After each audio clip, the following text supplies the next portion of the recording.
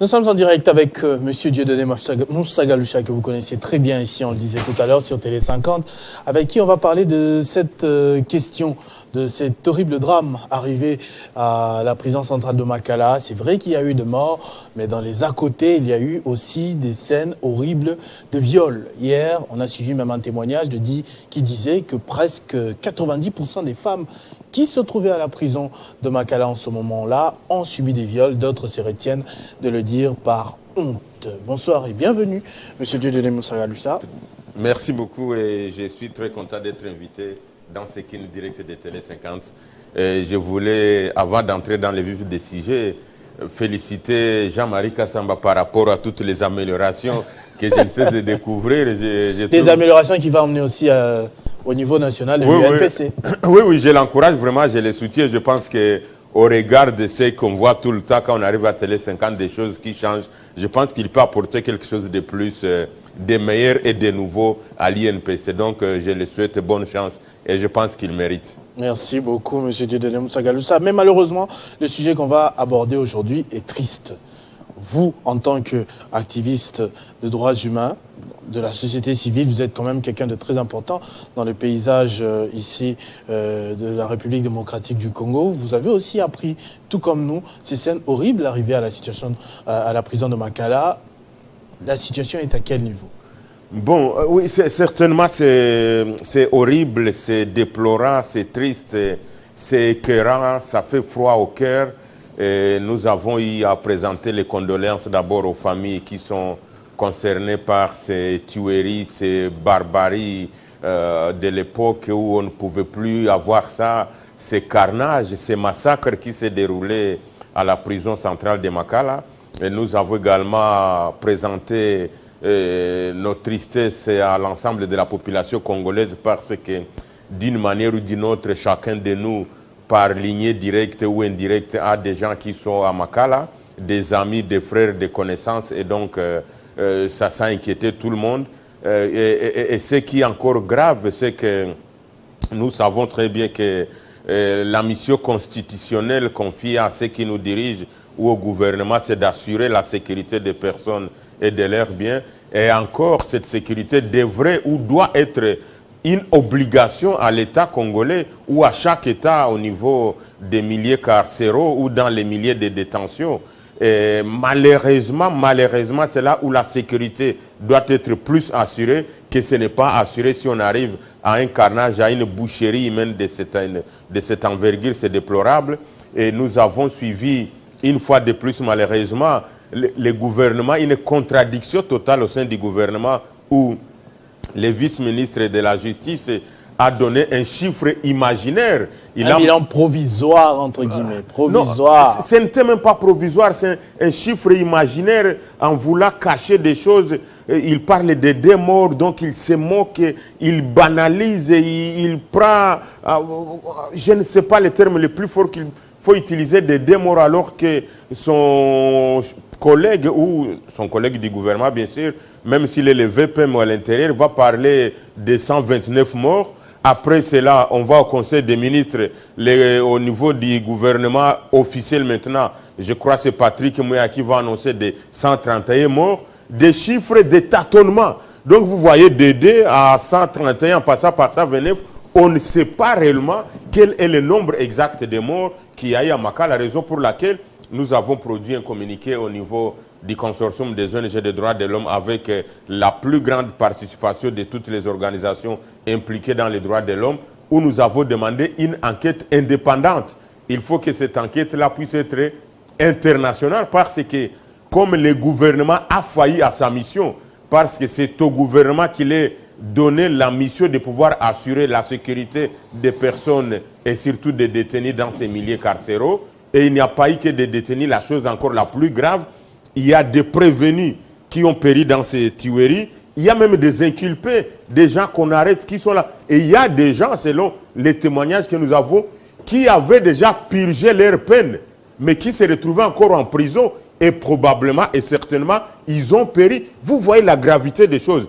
On arrête quelqu'un, on lui fait la peine, il purge la peine, on le détient, on le maintient toujours en prison et il finit par mourir. Donc, c'est regrettable. Donc, on constate que la vie humaine en RDC est de plus en plus banalisée. On n'a plus l'essence de préserver l'image de Dieu créateur qui a dit qu'il crée l'homme à son image.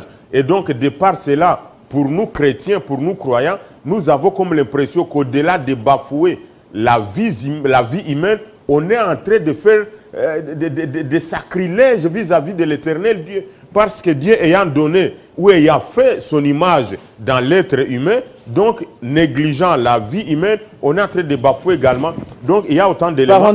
Parenthèse avant, puisque vous êtes en train de parler de la sacralité de la vie humaine, petite parenthèse, il y a le candidat président de la République 2018 et 2023, Seth Kikouni par exemple, qui aujourd'hui, on n'a pas de ses nouvelles. On a vu sa femme en train de pleurer pratiquement, il y a eu à un moment même des rumeurs qu'il avait perdu la vie, on dit qu'il est en situation clinique très difficile. Votre réaction à ce sujet? Oui, comme vous parlez d'une parenthèse, là n'en parlons même pas des détentions extrajudiciaires qu'on est en train de transformer en mode d'intimidation, en mode d'imprimer la dictature où on veut étouffer chaque bouche, chaque personne qui veut parler. Pourtant, on peut arrêter tout le monde. On peut tuer tout le monde, tous ceux qui parlent. Mais si on n'arrive pas à résoudre, si on n'arrive pas à donner la réponse à ce qui fait que les gens parlent, ça ne donnera pas de solution. Il y a Seth Kikouni. Il n'a pas volé l'argent dans ces pays. Il n'a pas pris les armes dans ces pays. C'est un homme pacifique, mais on vient l'arrêter. Et puis, il est malade, on ne comprend pas. Et surtout que c'est un opposant, un ancien candidat président de la République. Il n'y a pas que lui, il y a les gens comme Jonas Kenda, il y a les gens comme Odou Delitouri qu'on a arrêté, il y a l'abbé Jean Bosco Bahala qui était parti en mission officielle avec un ordre de mission du vice-premier ministre et ministre de la Défense. On arrête l'abbé Jean Bosco Bahala avec son parsec, je crois, M. Oko Boukassan, qui n'a rien à faire de politique. On le mettait à la demi-ape. Donc, ça devient... Et ceux qui sont en train de faire cela, personnellement, je suis convaincu que le président de la République, son Excellence Félix-Antoine Tshisekedi Tshilombo, peut-être n'est pas au courant. Mais ceux qui sont en train de mener ces pratiques, ils sont en train non seulement de détruire l'image de marque du président de la République, son Excellence Félix-Antoine Tshisekedi Tshilombo, le fils d'Étienne Tshisekedi, qui défendait l'état des droits et qui prônait la dignité humaine. On détruit son image, mais on le présente en dictateur. Et malheureusement, au-delà de l'image du chef de l'État, qu'on est en train de détruire et l'opinion commence à le percevoir comme un dictateur, on est en train de faire descendre la RDC au bas de l'échelle dans les pays, dans les concerts des nations modernes. Et donc la RDC risquera d'être classée comme un pays qui n'est pas dans un état de droit, mais qui est en train de traverser la dictature et qui va finalement dans un état jungle. Et d'ailleurs, je crois que le docteur Étienne Tshisekedi l'avait dit, à un moment donné, qu'on est dans un état jungle. Et s'il s'est réveillé aujourd'hui, nous devons saluer sa mémoire, les combats qu'il a menés. Je pense qu'il serait le premier à condamner la gouvernance actuelle, puisque le mot jungle, l'état jungle, moi je l'ai appris, l'état voyou, je l'ai appris de la bouche d'Étienne Tshisekedi et ce que nous sommes en train de vivre. Et donc ça, c'était une parenthèse. On aura le temps de rentre sur la situation de Makala. Est-ce que vous avez personnellement eu accès à des plaintes? Peut-être parce que la justice, on peut obscurcir certaines choses, mais vous, en tant que structure, société civile, porte-parole aussi des sans-voix, est-ce que vous avez eu vent de certaines difficultés, de certaines situations quand même délicates, au-delà des morts, les 129 cités? Je peux vous surprendre, j'en profite pour donner des fleurs à Télé 50 parce que finalement c'est ça le quatrième pouvoir qui permet aux gens de dire la vérité. Vous savez que même après les communiqués du gouvernement de dire que les gens puissent aller identifier ceux qui sont décédés, vous arrivez là-bas, il y a des gens qui sont partis avec des preuves, pas d'affinité, mais des liaisons directes avec les cadavres ou avec les personnes décédées, mais on les exige encore plus. Vous voyez combien de fois... On exige plus, c'est-à-dire quoi? On exige plus de prouver que réellement ils ont des liens directs alors que le gouvernement lui-même étant dans la difficulté. D'identifier. Donc, vous imaginez... Donc, les gens qui étaient dans la prison de Makala, certains, on ne les connaît même pas. On ne les connaît même pas. Je viens de vous donner 4 éléments qu'il faut prendre en considération. Il y a des gens qui ont été condamnés, qui ont péri dans ces carnages. Il y a des gens qui étaient des prévenus, qui ont péri dans ces carnages. Il y a des inculpés, soupçons simples, qui ont péri dans ces carnages. Et il y a des gens qui ont purgé leur peine, qui étaient toujours détenus dans la prison de Makala et qui ont péri dans ce carnage. Et donc, vous avez 4 catégories de personnes qui sont décédées dans ce carnage. Et donc, ça fait un froid et ça reflète même l'image. Et je pense, c'est ce qu'il faut dire et ce que je conseille au gouvernement, à quelque chose malheur et beau. Il faut maintenant que le gouvernement prenne au sérieux l'événement qui est arrivé pour pouvoir désengorger, pour pouvoir respecter la procédure, pour pouvoir humaniser ces services-là. Et lorsqu'on disait que les gens tentaient de s'évader, j'imagine, est-ce que les gens qui sont traités, qui sont dans de bonnes conditions, qui mangent 3 fois par jour, comme on l'avait dit, comme le gouvernement nous avait dit qu'on a instauré le système déjà qui mangent 3 fois et qui sont bien gardés dans toutes les prisons du monde, c'est certainement qu'il peut y avoir des tentatives d'évasion. Mais jusqu'à arriver à ces chiffres-là, donc il y avait un ras-le-bol. Et il faut qu'au-delà des enquêtes réelles qui doivent se faire, il faut développer maintenant un mécanisme de réforme qui doit convaincre, qui doit permettre à ce que ça puisse être prévenu, à ce qu'on puisse éviter des choses pareilles, que ça n'arrive plus.